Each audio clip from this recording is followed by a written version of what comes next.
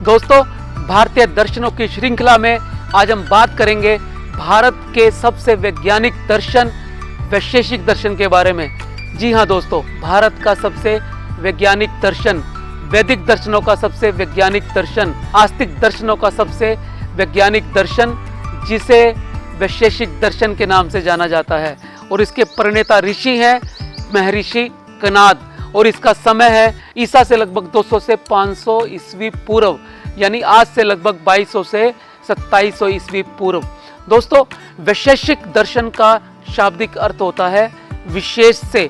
वैशेषिक दर्शन में विशेष का अर्थ है जब हम किन्हीं दो वस्तुओं के अंदर भेद के बारे में पता लगाना चाहते हैं तो हमें वो विशेष से पता लगता है। इसलिए वैशेषिक दर्शन का हमारे दैनिक जीवन में बहुत उपयोग है, क्योंकि सामान्य से जब हम विशेष की ओर जाते हैं तभी हम चीज़ों के अंदर भेद कर पाते हैं, और बिना चीज़ों के अंदर भेद हुए हम सुबह से लेकर शाम तक कैसे निर्वाह करेंगे, कैसे जीवन को बिताएंगे। दोस्तों, वैशेषिक दर्शन को सबसे वैज्ञानिक दर्शन कहने का अर्थ ये है कि सबसे पहले परमाणु के बारे में वैशेषिक दर्शन में बात की जाती है।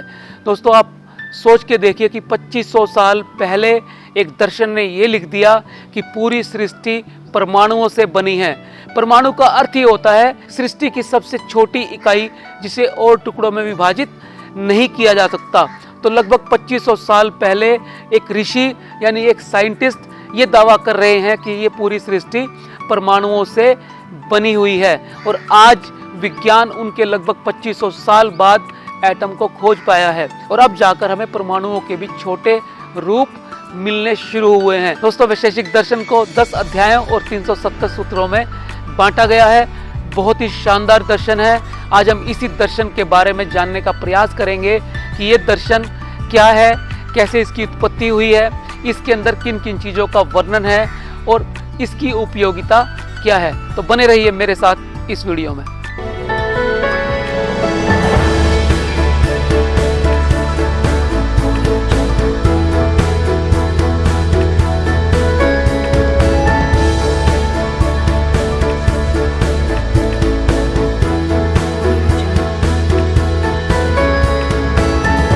दोस्तों, आज हम बात कर रहे हैं वैशेषिक दर्शन के बारे में, जिसके प्रणेता महर्षि कणाद हैं। महर्षि कणाद की भी अपनी एक कहानी है।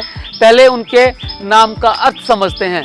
दोस्तों, कणाद का अर्थ होता है कण और अन्न, यानी अनाज के कण ग्रहण करने वाला। महर्षि कणाद के बारे में ये कहा जाता है कि उन्होंने एक व्रत लिया हुआ था। वो उसी अन्न का ग्रहण करते थे जब किसान अपने खेतों से गेहूं, चावल या फसलों को चुग लेते थे, तो उसके बाद जो भूमि में छोटे छोटे कण अनाज के रह जाते थे, उन्हें बुहार कर उन अन्न के कणों से ही अपना जीवन यापन करने वाले महर्षि कणाद थे। वैशेषिक दर्शन को औलुक्य दर्शन भी कहा जाता है। दोस्तों, वैशेषिक दर्शन 6 पदार्थों से इस सृष्टि की उत्पत्ति मानता है। ये 6 पदार्थ हैं द्रव्य, गुण, कर्म, सामान्य, विशेष, समवाय। इन 6 पदार्थों के योग से, अलग अलग योग से ही दुनिया के सभी द्रव्यों की, सभी पदार्थों की उत्पत्ति होती है। दोस्तों, आगे द्रव्यों को भी 9 प्रकार का माना गया है।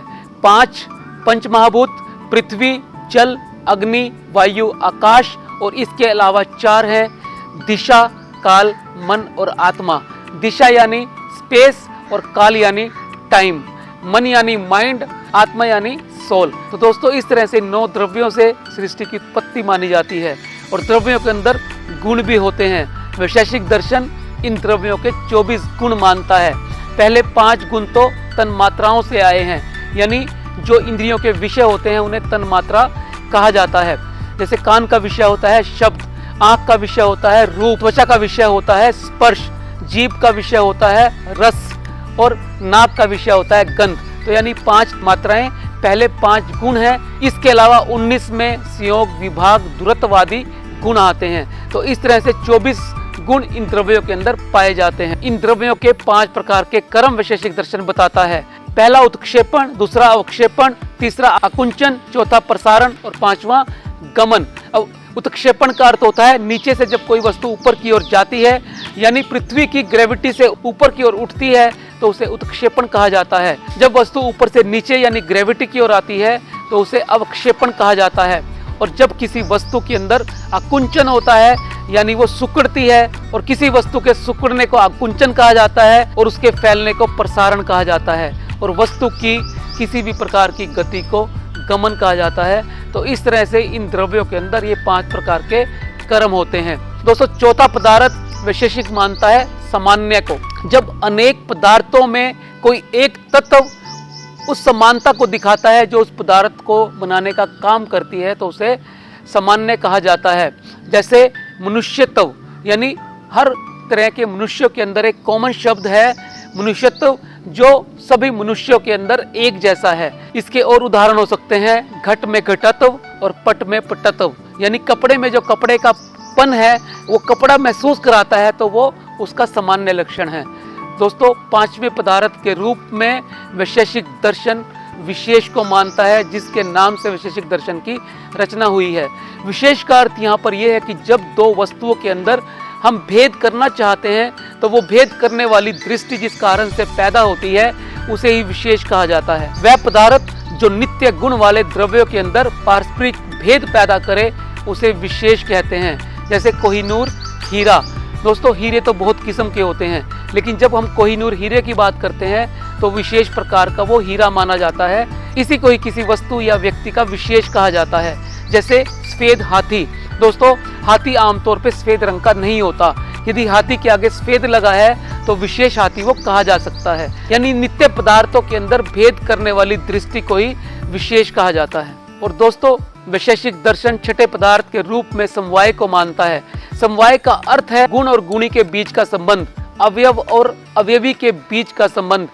जब एक वस्तु से दूसरी वस्तु पैदा होती है और उन दोनों के बीच में जो परस्पर संबंध होता है जो कभी अलग नहीं हो सकता, उसे समवाय के नाम से जाना जाता है। जैसे गन्ने के अंदर उसका रस, जैसे फूल के अंदर उसकी खुशबू, तो ये समवायी संबंध कहा जाता है। तो दोस्तों, इस प्रकार से वैशेषिक दर्शन इन 6 पदार्थों से इस सृष्टि की उत्पत्ति मानता है। इनके अलग अलग कम अधिक न्यून प्रमाण के अंदर ही अलग अलग पदार्थों की उत्पत्ति होती है।